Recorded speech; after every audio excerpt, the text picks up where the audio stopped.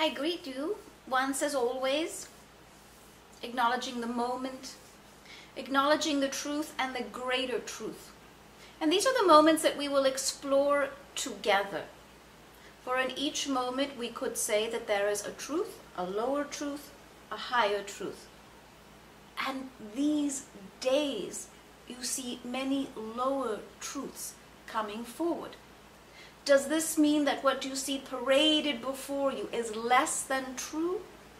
In certain instances, but not for the most part. For the most part, what you see are truths coming forward, coming out, those that have been buried, those that have been hidden. And you see, at some point, all things that are dense wish once again to become light, to begin again, to begin their next cycle of understanding. And so in this moment, those that have been held down, squashed down, put to the background of their own accord, with or without the assistance of those that will assist them in emerging forward, out they come. Out they come. Have you seen those that are carrying about a large assortment of balloons as if it were a huge bouquet? Have you seen how difficult that is to manage, as if one could cling to the small strings and thereby manage the entire canopy? But it cannot be done, because they are filled with something that is lighter than the density of the one that is holding on to the string.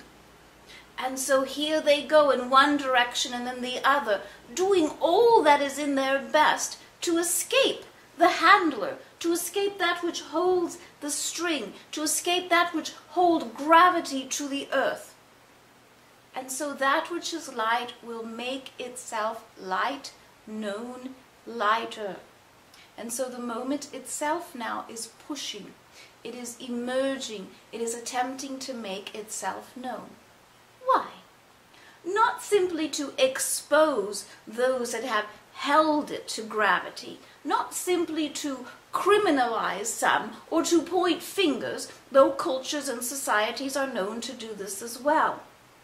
No, the moment is in order to let it recycle itself. You see, you cannot, in essence, condone the recycling process for certain materials and not for others. All things that are dense, that now have a new purpose, are being invigorated by that new purpose. And so it pushes up. It says, let it go, let it emerge, let it become, come into being something else. Something higher, greater, something entirely different. And so all things now, the lesser truths, the smaller truths, and even what you would term the smaller players in life, they too are exposed for what they are. Just behind them, just behind the curtain, is that which is already lighter. For that which cycles about is already ready, emerging into it. And this applies to all things. This applies to your current events. This applies to the current species upon the earth. Those that are becoming extinct now do so willingly in order to allow other species to come forward. The same is true of what appears to be shortages, what appears to be lack. There is something else that is waiting to come forward.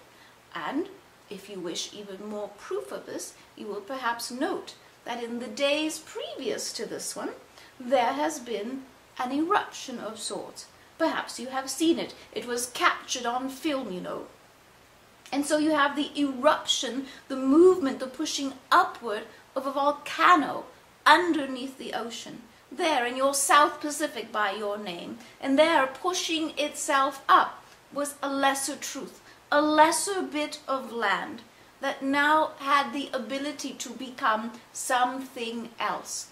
To be of use to humanity, to be of use to Gaia, to the earth, to the oceans, to the cultures, to the species.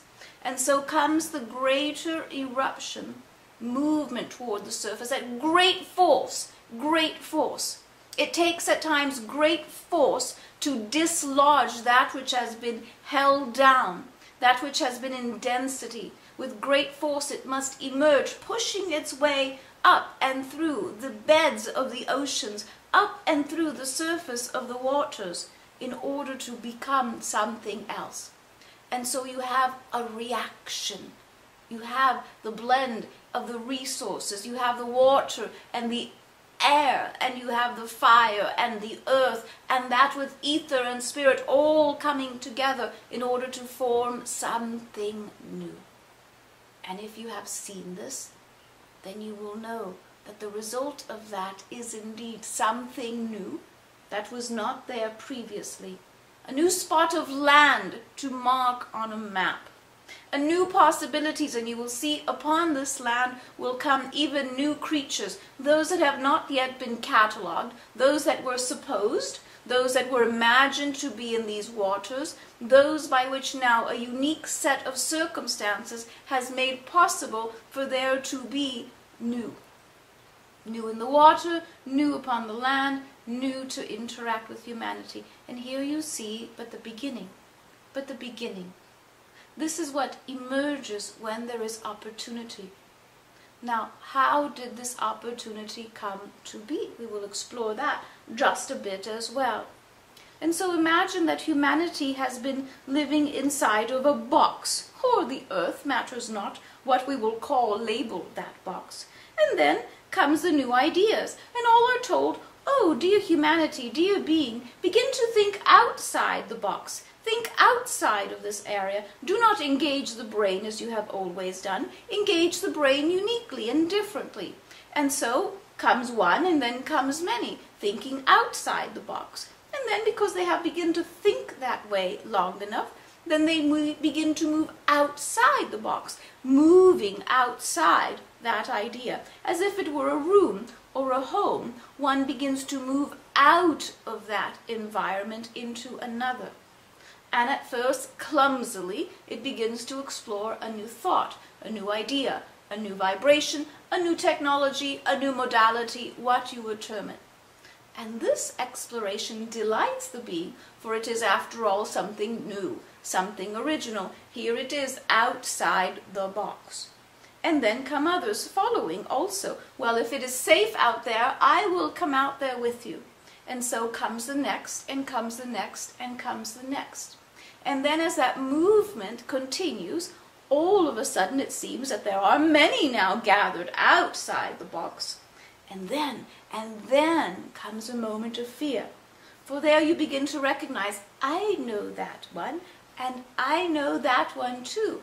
If they are here and I am here, who is left inside the box? And so there is a moment of fear, where many begin to wonder, do I belong here in this environment, in this new experiment, in this new truth? Or is the old one safer?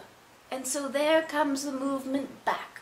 As many things, it is 2 steps forward, 1 step back. 1 step forward, 2 step back, while the old mind contemplates the new idea.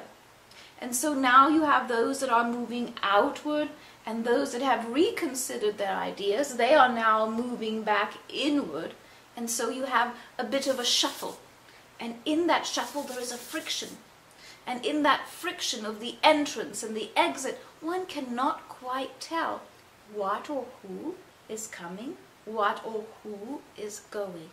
And so that moment of friction builds until one is not certain what will be next, what will take place next. And that is almost where you are today.